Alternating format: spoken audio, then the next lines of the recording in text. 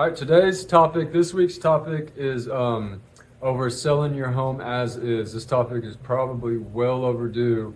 I've had more and more conversations with sellers lately that they want to sell their home as is. They tell me, I don't want to do any repairs, I just want to sell it. The problem is, these sellers are still wanting to sell their home at like top value, top dollar. And that's just not going to happen. In a very, very few circumstances does that happen, and it's usually on the buyer's terms. You have to realize as a seller right now, there's inventory's up, interest rates are high, property's sitting on the market a little bit longer than normal. So you got to take all those things into consideration and decide how badly do you really want to sell your house. And if you give me like a number, like I need to walk away with $200,000. What's so important with walking away with $200,000? Why won't you put $3,000 repair in and walk away with $197,000? So just some things to think about. So, all right, get into it a little bit. So selling your home as is. People that sell their home as is, like when it's successful and the best, what do I want to say? The best time to use this strategy is when you have a home that needs lots of repairs and you're just kind of wanting to get rid of it. So like, let's just say your home is worth $200,000 and it needs a roof, an AC, you had a tenant in there and they trashed it and you want to sell it as is. We're probably going to list that house for like $150,000, try to get in multiple offers and see what happens.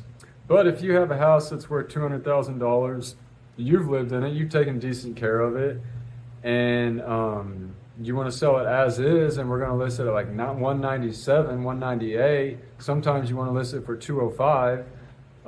It's just not going to happen. That's not realistic, and you need to be realistic in this market for the reasons that I already told you. Now in COVID, when things were crazy, you could list your house for whatever you wanted to, get multiple offers and say, I'm selling it as is, and you're probably just going to get offers as is anyway, but that's not the market. That's not the world that we're living in today. So another thing to consider, and this is a conversation that I have with my buyers. This is a conversation that every realtor should have with their buyers that they don't. But as a buyer, you need to realize that, you need to have in your heart and your mind that you're looking for big issues like roofs, ACs, electrical, foundation. Those are the main things you need to focus on. If not, then you need to go buy a brand new home because that'll be perfect. All right, used homes, they're not perfect. They're not going to be perfect. A home inspector is going to find something no matter what. On the flip side, as a seller, you need to be willing to take care of some of those issues. There's certain things that a buyer expects when they buy a home, and that's reasonable. For instance, an AC to be working properly, a roof to be insurable, a foundation that doesn't need piers, termites. If termites are found, you should take care of those things. So be realistic as a seller whenever you sell your house, especially in this market that we're in right now. Not that property's not selling, but it's kind of becoming more of a buyer's market, and that's just the reality of things. And that's not even to say that you won't sell your house as is, because it does happen sometimes.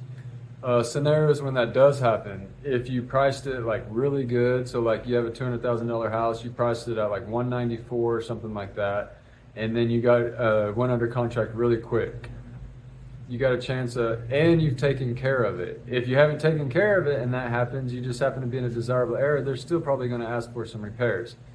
If you went in multiple offers, there's a chance that you may get to sell it as is.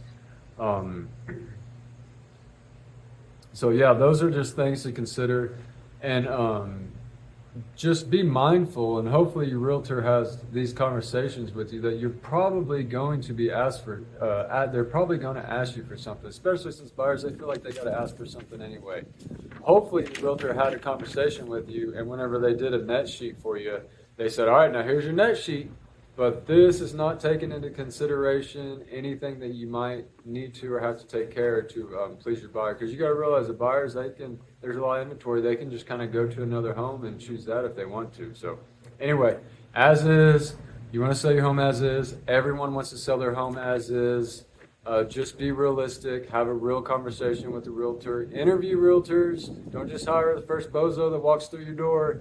A crazy stat. I've said this before, and I'm going to make up the number, but I know it's real close to this. And it's NAR stats. So I think it's people hire the first realtor that walks in their door. I want to say it's like 92% of the time. So something crazy like that. So anyway, if you need help, you want help, you need to talk to someone about whatever it is that you're wanting to do, give me a call. Thank you.